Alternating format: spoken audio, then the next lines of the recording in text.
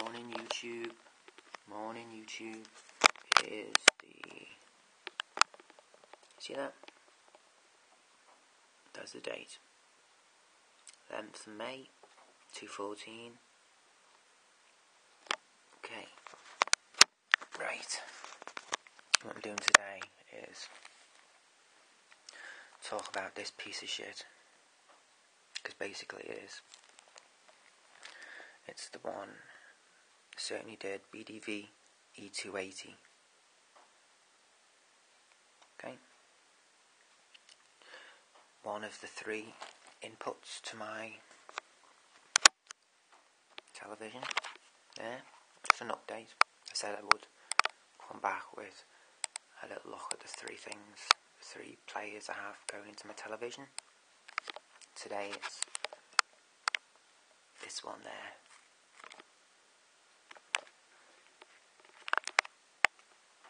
It's that one there I'm going to talk about. That one there. Basically, it's a piece of crap Sony put out. Right, at the cheapest bottom end of the range they did.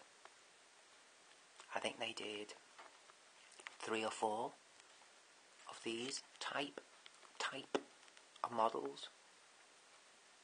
All very similar, but differing slightly. And this one here is the cheaper of them all. So I'm going to have a good laugh at this. And I'm going to tear it apart. Just for a joke. But also, to be honest as well, to give a valid description of how this has treated me over the years. Okay? So let's get cracking. It is again. You're not going to like this Sony, you know. The BDV E280. Again, you're not going to like this Sony, so turn off now if you don't want to hear an honest and frank opinion of this model. Let's go.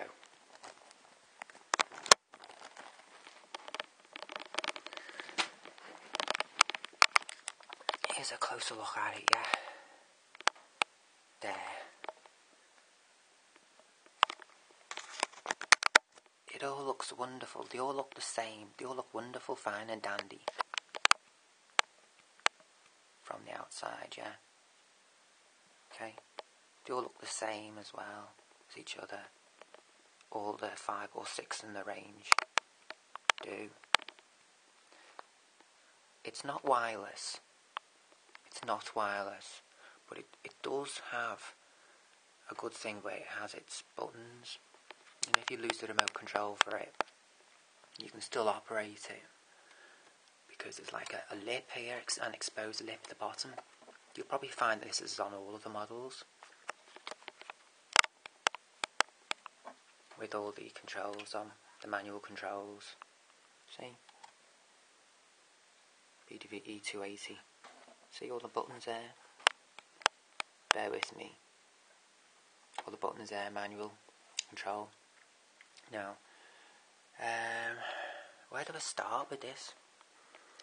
Where do I start? Basically, it's a pile of shit, really. It's a pile of shit. I've had this before. It's a 5.1 home system, yeah. Home theatre system. And it's a pile of shit, yeah. It's a pile of crap Sony put out. Here's the manual for it. Here's the manual for it. See, it has a lovely, thorough. You can still buy them today. 5.1, how to set up speakers. All thorough, all HDMI and all that. You can read super audio compact discs, that's a good thing it can do, and it can also read high def discs, yeah, in Blu-ray format, not high def DVD, but Blu-ray only. I think they're the only 2 pluses for it. It's a high def system, and it can also read super audio compact discs. The biggest failure of this, I use it just for audio really. The biggest failure of this model, I don't know about the more expensive in the range, is that, you know, the internal workings of it, where the actual disc slides into the mouth of it, yeah. See this here, this chassis here, this casing here, now that's the roof of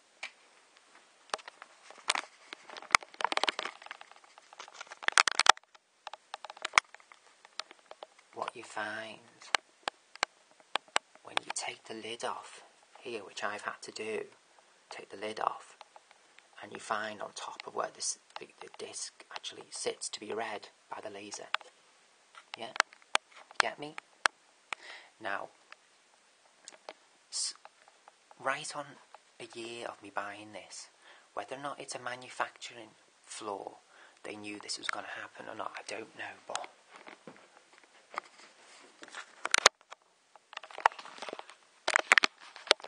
whether they knew this was going to happen or not, I don't know, but right on a year of me buying this, smack on a year, yeah, it just sounded like an earthquake was coming from the machine. Basically, a terrible rumbling from the machine came, a sound, like that kind of sound came from the machine. Right on a year, it was just over a year of me buying it. So basically, I felt around and I thought, I'll try and get it exchanged for a new one under its guarantee. I went to get my receipt for it, and the year had just expired. So I was goosed, because I knew there was something definitely wrong with it.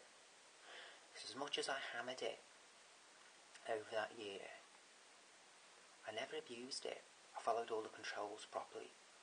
You know, I didn't press eject before I pressed stop. Get me? I never did once. So, that is a massive flaw in the model. I had to then take the lid off of the actual model, which you saw, it's lidless, and I had to do my own investigating then to try and fix it, because I knew then I couldn't get it swapped for a new one. And after about 4 months of messing around, yeah, of experimenting, yeah, doing this and doing that to its innards, I eventually found it was just something simple. You find where the disc goes in through the lip where I showed, and where it settles to be read by the laser, you'll find that it sits in a little plastic chassis with a top layer and a bottom layer, in which it's held to be read by said laser. Now I found that it was that chassis, this being the top half of it, which was making all the noise, the rattling, the vibrating, etc. So then, I just simply, to solve it, I just took it apart and took this top half off, which was the easier at the time. Rather than taking it all out, I just thought I'd just take the top half off first and see if it improves. There are little screws for it. I've kept all the bits, you know, I can always put it back on.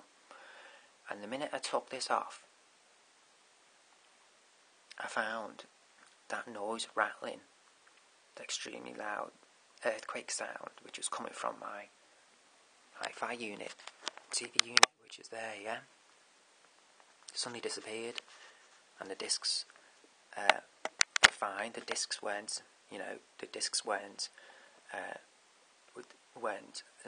were still able to be played, etc., etc. There was no interruption to how the discs were being played. The machine was still able to be worked and read. The discs were read fine still. It didn't interrupt how the discs were read by the laser. I did it in such a way that, I was careful. But what I'm saying is you will have to do this too if you go for this cheap model, because it is very cheap and it's very tempting to buy. As a result of me taking this off and correcting the noise, guess what gone and happened? The eject mechanism ceased to work. In a nutshell. So what I've done, and you will find this too, because they're still okay to buy these systems, right? Because they're that cheap. And if you want a high-def system, a 5.1 home theatre kit, which can also read Super Audio compact discs, then if you can get it for under 200 quid, to $300 US, then I'd still buy it. But you'll have to do this, yeah. You will have to continue using it, you'll have to leave the lid off. See there? You can see its innards there, yeah? You'll have to leave the lid off. And the only way you can get the discs in and out the mechanism is simply by reaching in every time, taking off the magnetic fob thing, which you'll find will need to be lifted off, because it's that which keeps the disc stable. This is like the middle bits of a 7-inch vinyl record, yeah? It's the equivalent of. You'll find you'll have to lift that out to be able to... Let's go disc, hang on, bear with me. A disc. Right, disc, just an example this. You'll have to then get a disc, any disc, instead of it going through the eject there, like it would normally, you have to lift it over and place it in, like so, and then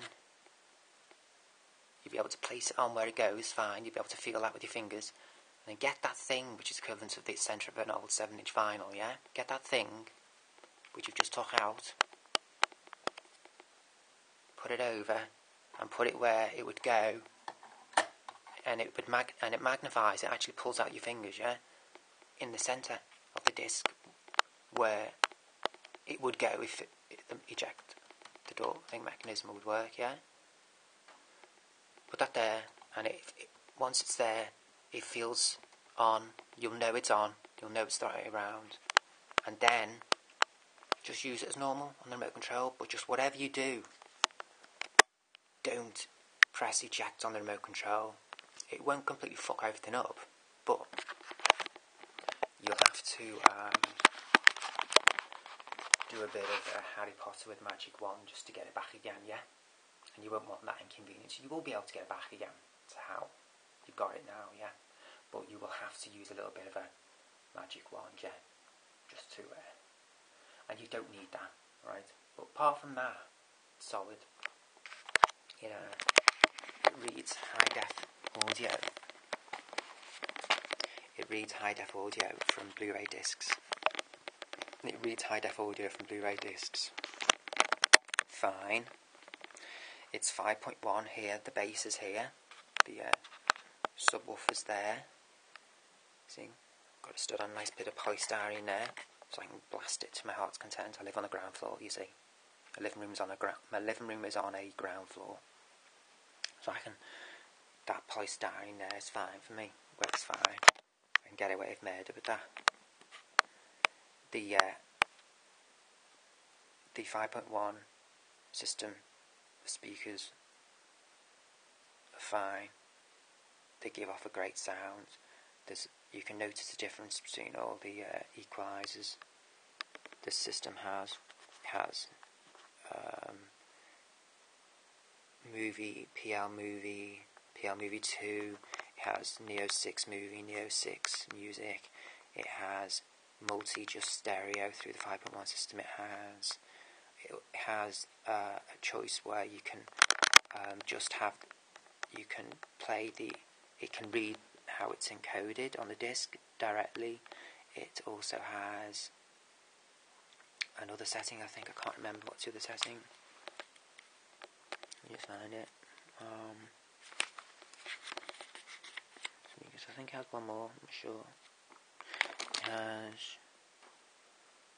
And it has the option of just two channel stereo, left and right, coming out the left and right speaker.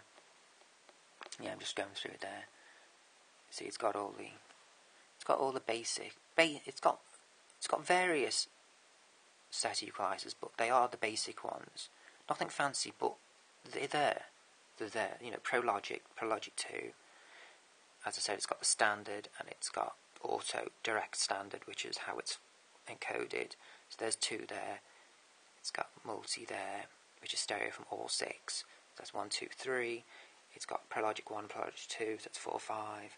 And it's got Neo 6 Cinema, Neo 6 Music. So that's 7. And 2 channel stereo, so that's 8. So it's not bad. For under £250. And you're looking at $350 US. Providing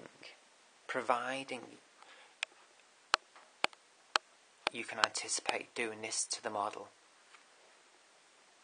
And I've just got like an old photo album there sat on the top of its roof there, but to protect it, and I've got it sat in a big TV cabinet here, so it is well protected with dust, providing you're able to accommodate for such alteration, which I've done there, because you will have to protect it from dust with the lid off, because it's the only way you can get the discs in and out.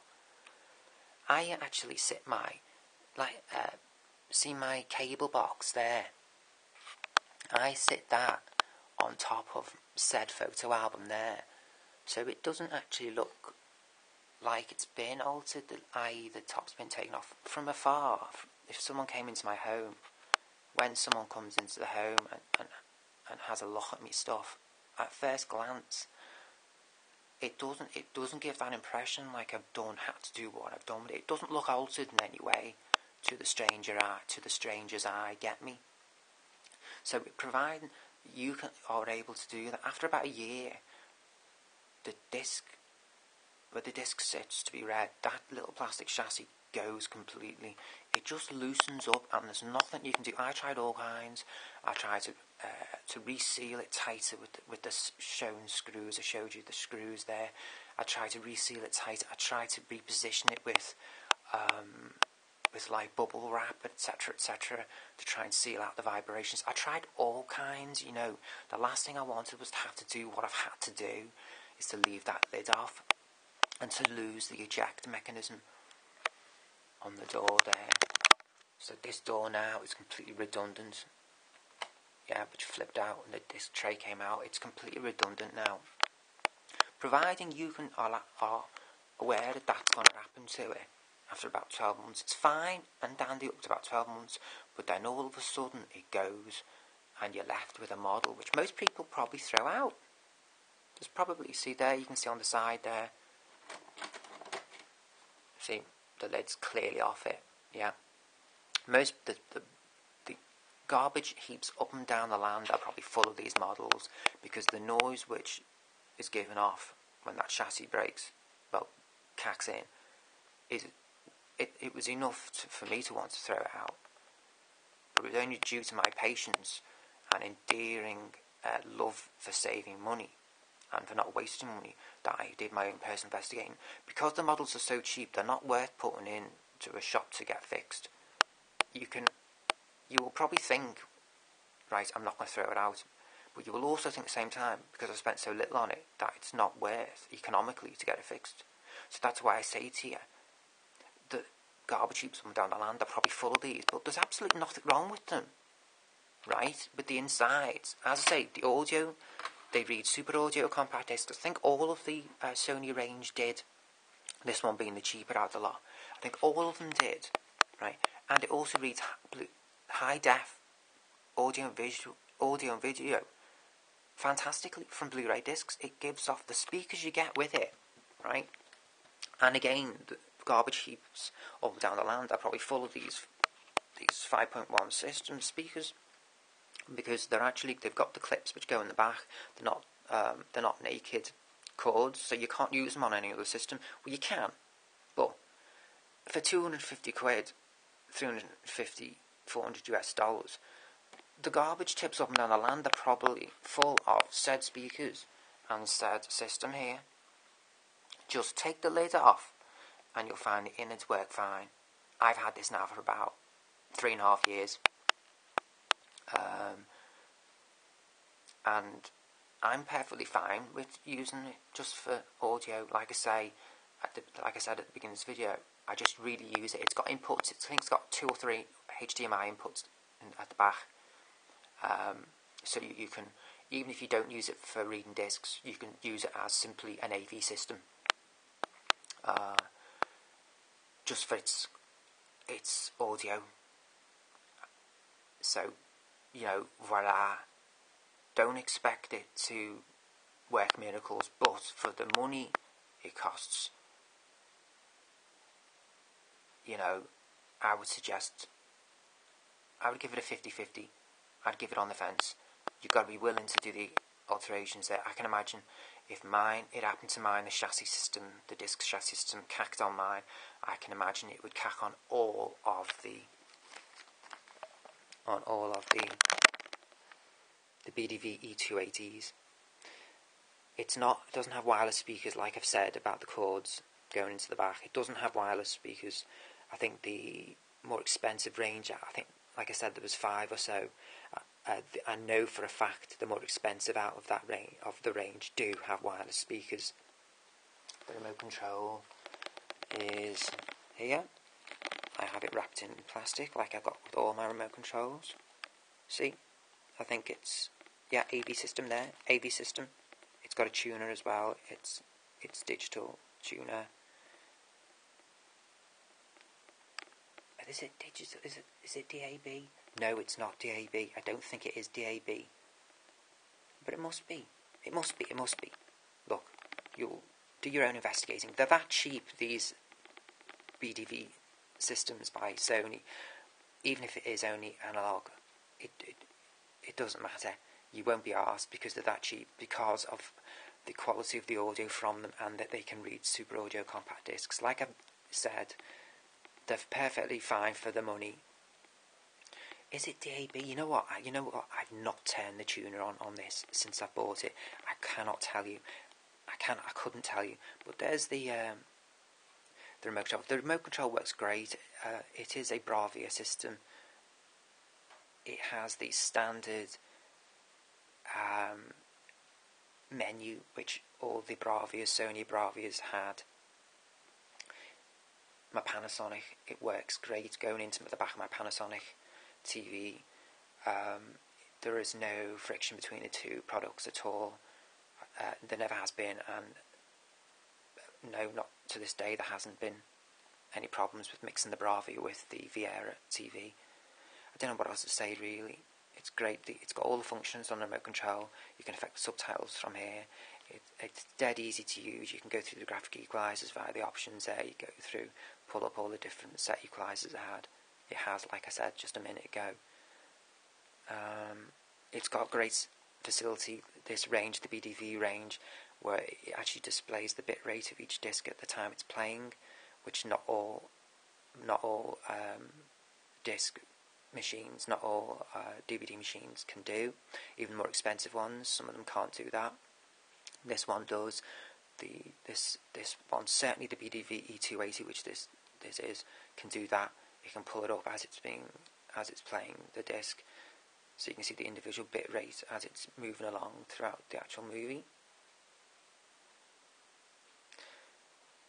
That's a definite plus. I think for the money, if you can get this cheap enough, the BDV E280, then I'm actually swaying to give it a slight recommendation, this, but with a very, very strong warning.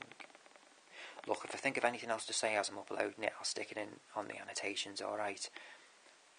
Just watch it on YouTube, because the annotations don't work on other devices if you watch it over like mobiles or something, this video over a mobile.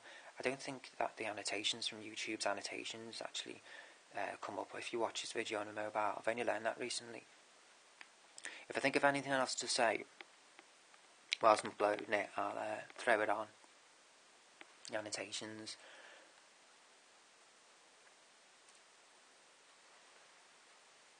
Other than that, for the money, go for it.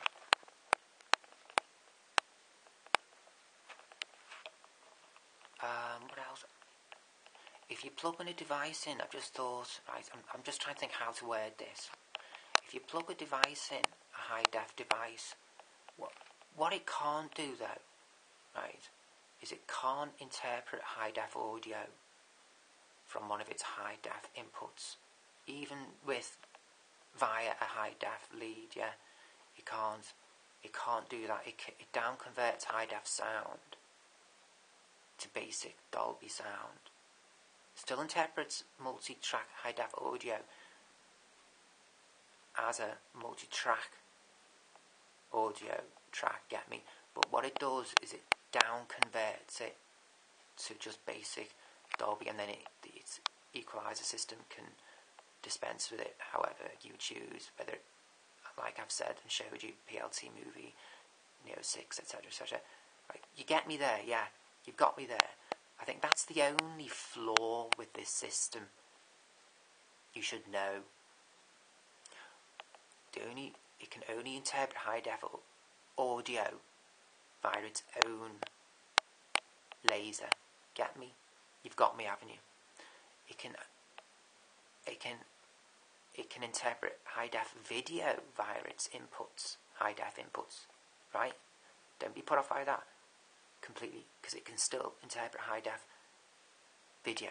It's just that it can't identify and interpret high-def audio via its high-def inputs at the back. I hope I've got that across to you there. I think that's the only warning of weariness to have about this Sony, the BDV E280, and I think that'll actually probably span throughout all the models in the range, to be quite honest with you. I think so, because I think fundamentally they're all generic, these models, just with slight differences to their innards and their abilities. Other than that, it also interpret what I've just said regarding high def in audio, wrap that around uncompressed 5.1 as well, multi-track. It down converts PCM, uncompressed lossless audio, to basic Dolby as well. A basic Dolby multi-track as well. It can't read PCM via its high def inputs as well, audio. It does, like it with its own laser, but not via its inputs at the back.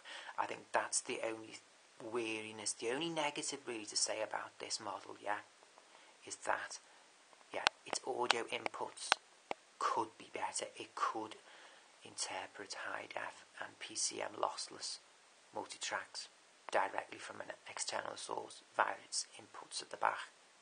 That's the only thing really. But this particular model, the E280, yeah, the E280, it's that cheap, where for what it is, what it offers, it's laughing. As I say, I've had it for 3.5, 4 years now. If you can get it cheap enough, go for it. Alright, again, I'll stress there, if I think of anything else to say, I'll throw it in on the annotations. Hope you've beared with me there. Hope you've enjoyed this video more than anything else. Turn this light off. Okay, I've enjoyed doing it. I've really enjoyed doing it. And I hope you've enjoyed it. Hope you've stayed with it and enjoyed it too. Okay, I'll see you for the next video. It will be for the second of the 3 inputs I have. Don't know which one to do yet. The Oppo or the Panasonic. I'm not sure. But that was the Sony E280, the BDV E280. It's the one I use mainly for its audio, for its AV system, for its 5.1 out. It's the one I use mainly for that. I plug up the other 2, which I will show you in my next 2 videos. I use it to plug them into the back of as an amp for them. Okay, over and out. See you next time.